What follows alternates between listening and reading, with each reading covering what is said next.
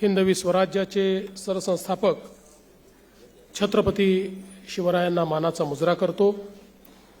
भारतीय राज्यघटनेचे शिल्पकार भारतरत्न डॉक्टर बाबासाहेब आंबेडकर यांना मानवंदना अर्पित करतो। आजच्या या अतिशय सुंदर अशा कार्यक्रमामध्ये मंचावर उपस्थित असलेले ज्येष्ठ साहित्यिक अभ्यासक आदरणीय सदानंद मोरे सर, खासदार श्रीरंगप्पा बारणे, आपले लोकप्रिय आमदार महेशदादा लांडगे, त्याचप्रमाणे मंचावर उपस्थित असलेले या आपल्या पिंपरी चिंचवडचे लोकप्रिय आमदार शंकरभाऊ जगताप, उमाताई खापरे, अमितजी गोरखे, आमचे सहकारी श्रीकांतजी भारतीय, पोलीस आयुक्त श्री विनयकुमार चौबे, मनपा आयुक्त श्री शेखर सिंग, या ठिकाणी उपस्थित श्री राहुल जाधव, श्री नितीन काळजे, उपस्थित सर्व पदाधिकारी आणि या ठिकाणी उपस्थित माझ्या सर्व माता भगिनी आणि बंधूंनो, आज खरं म्हणजे पालखी प्रस्थान सोहळ्याकरता या ठिकाणी मी आलो असताना काही महत्त्वाच्या कार्यक्रमांकरता देखील उपस्थित राहण्याची संधी मला मिळाली आणि यामध्ये विशेषतः जे काही भेटीचं शिल्प आहे, संत ज्ञानेश्वर माऊली आणि संत नामदेव महाराज यांच्या ऐतिहासिक भेटीचं अतिशय सुंदर आणि भव्य अशा प्रकारचं शिल्प जे तयार करण्यात आलेलं आहे, त्याचं उद्घाटन करण्याची संधी देखील मला मिळाली। खरं तर आपल्याला कल्पना आहे की माऊलींनी आपल्या वारकरी संप्रदायाचा एक पायवा रचला असं आपण म्हणतो आणि त्याच्यावर संतश्रेष्ठ तुकाराम महाराजांनी कळस ठेवला अशी आपली मान्यता आहे। माऊलींनी जे विचार आपल्याला दिले आणि ज्या प्रकारे अतिशय सोप्या शब्दामध्ये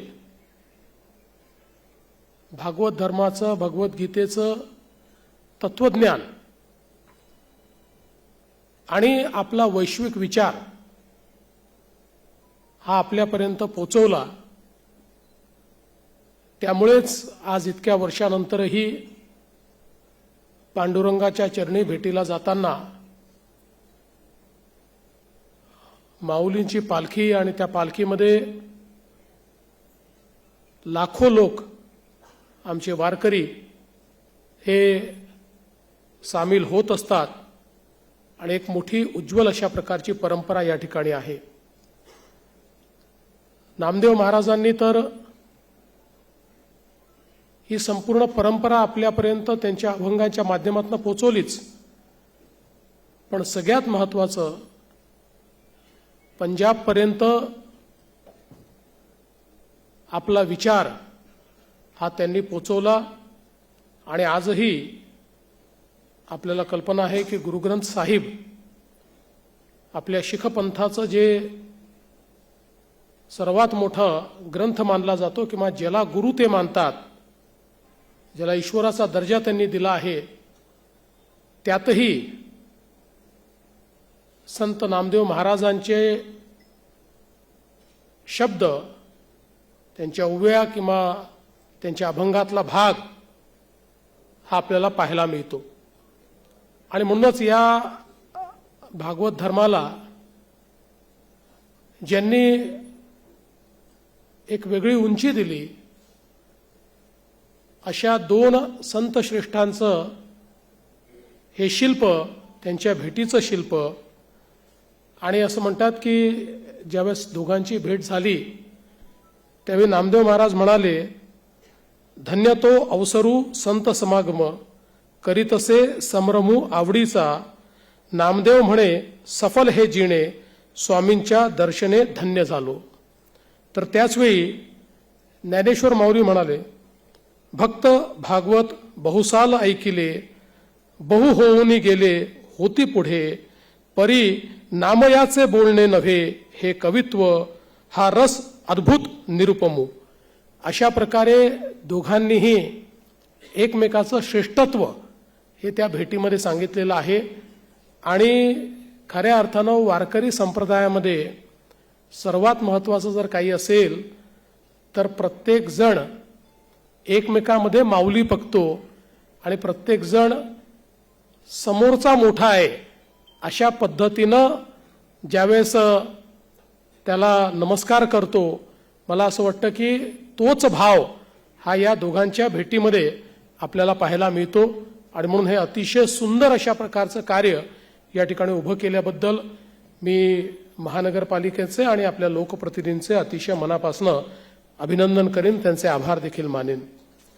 आज संतपीठामध्ये देखील जाण्याची संधी मिळाली. मी खरोखर महानगरपालिका असेल, महेशदादा लांडगे असतील, सदानंद मोरे सर असतील, या सगळ्यांचे अतिशय मनापासून अभिनंदन आणि आभार मानतो की इतकं सुंदर संतपीठ हे तयार करण्याचं काम या ठिकाणी झालं. खरं आपण जर बघितलं तर आपला विचार हा वैश्विक विचार आहे, जगाला साद घालणारा आणि जगाला दिशा दाखवणारा विचार आहे. पण हा इतका मोठा विचार हा जर काही लोकांपुरतच सीमित राहिला तर तो हळूहळू कालबाह्य होईल. आज शेकडो वर्ष तो कालजयी का आहे? कारण एका पिढीने दुसऱ्या पिढीला तो दिलाय. पण आपल्या संपूर्ण नागरी जीवनामध्ये तो पुढे जाईल का, अशा प्रकारचे अनेक प्रश्न निर्माण होतात. अर्थात जोपर्यंत वारी आहे तोपर्यंत हा विचार आहे, आणि जोपर्यंत चंद्र आणि सूर्य आहे तोपर्यंत वारी आहे.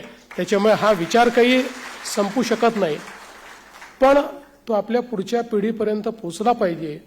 या दृष्टीनं या संतपीठामध्ये जी रचना करण्यात आलेली आहे, CBSEचं करिक्युलम आहे आणि त्याच्यामध्ये आपला संत विचार हा अतिशय सुंदर पद्धतीनं गुंफण्यात आलेला आहे.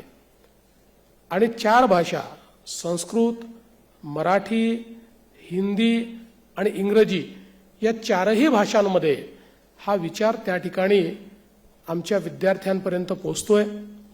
यातलं महत्त्वाचं आहे की हा विचार जर वैश्विक करायचा असेल तर विविध भाषांमध्येही हा विचार पोचवणारी मंडळी असली पाहिजेत.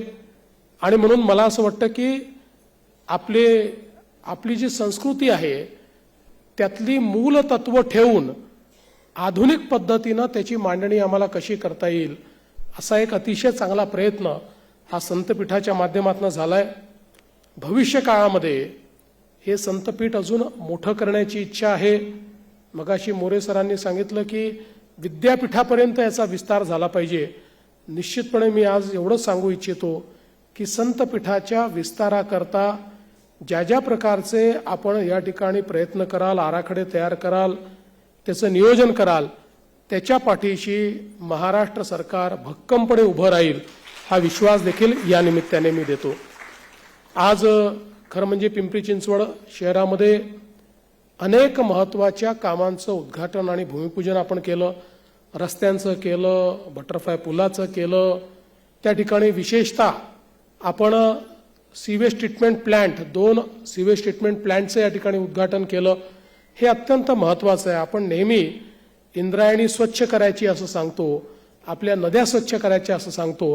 त्या तेव्हा स्वच्छ होतील ज्यावेळी आपलं संपूर्ण सीवेज हे आपण ट्रीट करू शकू. आणि त्या दृष्टीनं हा महत्त्वाचं पाऊल आहे.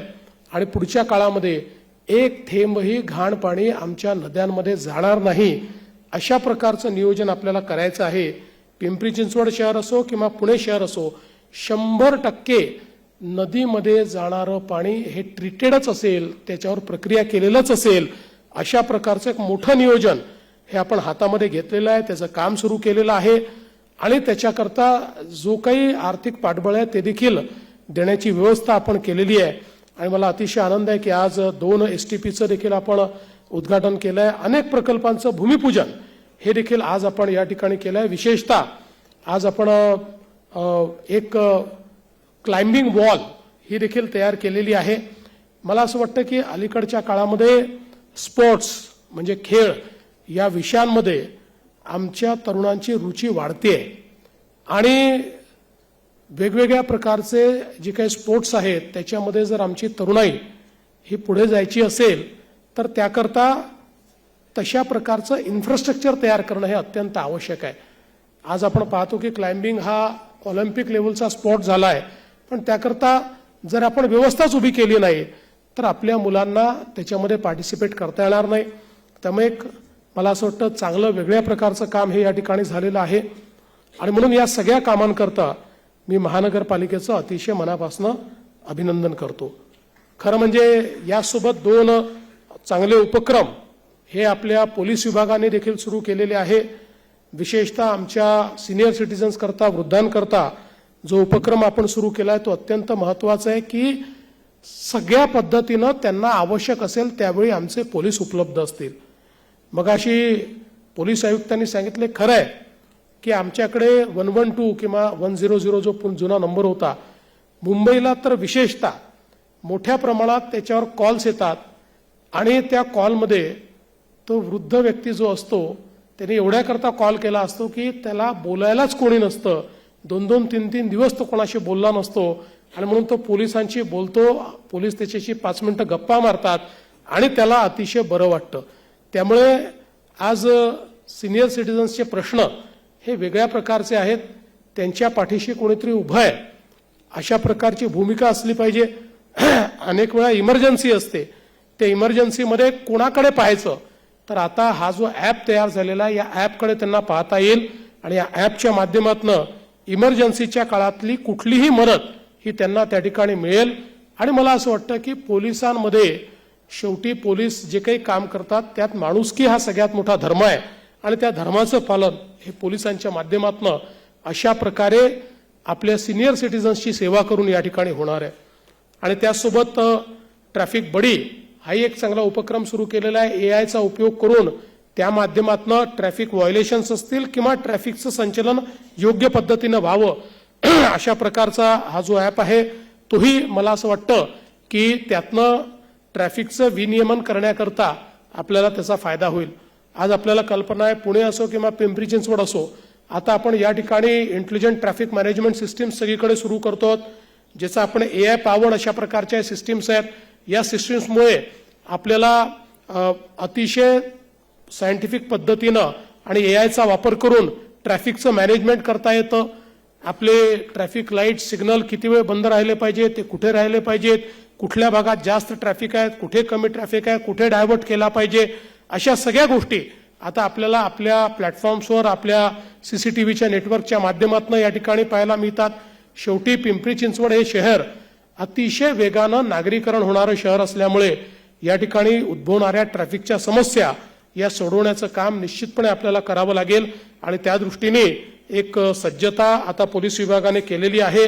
आपलं पोलीस आयुक्तालय देखील आता मजबूत होत आहे, नवीन आयुक्तालयाची बिल्डिंग देखील बनते आहे आणि त्यातनं पोलीस विभागाच्या माध्यमातून चांगल्या प्रकारचं काम या ठिकाणी होईल.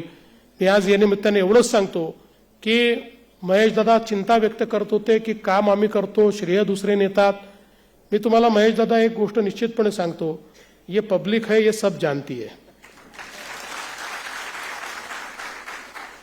आपण दुसऱ्याचं श्रेय घेऊ शकत नाही आणि आपलं श्रेय दुसरा घेऊ शकत नाही. त्यामुळे तुम्ही चांगलं काम करता, ते काम करत राहायचं.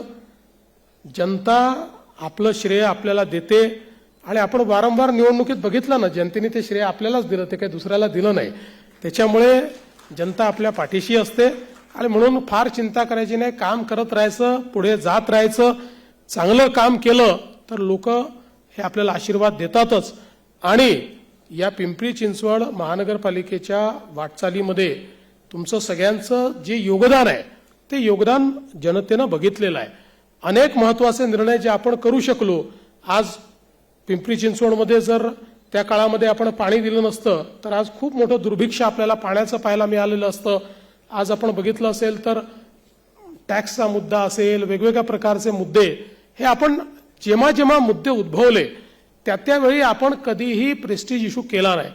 आता तुम्ही चिरोलीचं सांगितलं, त्या ठिकाणी आम्हाला काय म्हणतात त्याला टीपी नको, आपण तो स्थगित केला. मग तुमचं म्हणणं होतं की लोकांच्या मनात काही लोक कन्फ्युजन तयार करतायत, स्थगिती नको, तो रद्द केला पाहिजे. मी आताच या ठिकाणी आयुक्तांना सांगतो, रद्द करून टाका.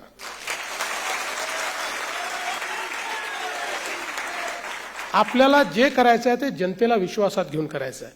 आणि शेवटी आपली महानगरपालिका ही या ठिकाणी सुनियोजनबद्ध असली पाहिजे, जसं आम्हाला वाटतं तसं तुम्हालाही वाटतं. त्यामुळे कुठलंही प्लॅनिंग करताना तुम्हाला विश्वासात घेऊन, तुम्हाला समजवून आणि त्यातनं शहराचं उत्तम प्लॅन देखील झाला पाहिजे. कारण वाढतं शहर आहे, वाढत्या शहरामध्ये आपण जर योग्य प्लॅनिंग केलं नाही तर हा देखील प्रश्न उद्याची पिढी आपल्याला विचारेल की आमच्या शहराला तुम्ही खेड्याचं रूप का दिलं, नुसतं कॉन्क्रीटचं जंगल का केलं, तर त्याचंही आपल्याला उत्तर द्यावं लागेल. त्यामुळे नीट आपण सगळे बसून प्रत्येक गोष्टीचा योग्य पद्धतीनं भविष्याचा विचार करून पुढच्या 50 वर्षात हे शहर कुठे असेल असा विचार करून या शहराचं नियोजन आपण करू. तेव्हाच लोक आपल्याला लक्षात ठेवतील आणि मला विश्वास आहे की हेच काम पुढच्या काळामध्ये आपण सगळे मिळून करणार आहोत. आणि म्हणून आज अतिशय चांगली कामं या ठिकाणी महानगरपालिकेने केल्याबद्दल, पोलीस विभागाने केल्याबद्दल त्यांचं सगळ्यांचं मी अभिनंदन करतो. सगळ्या लोकप्रतिनिधींनी याच्यामध्ये पुढाकार घेतला त्याबद्दल त्यांचं मी या ठिकाणी मनापासून अभिनंदन करतो. आणि 3 निवेदनं तुम्ही जे दिलेली आहेत या निवेदनावर सकारात्मक कारवाई केली जाईल असं आपल्याला या ठिकाणी आश्वस्त करून मी माझं बोलणं संपवतो. धन्यवाद. जय हिंद, जय महाराष्ट्र. एबीपी माझा, उघडा डोळे बघा नीट.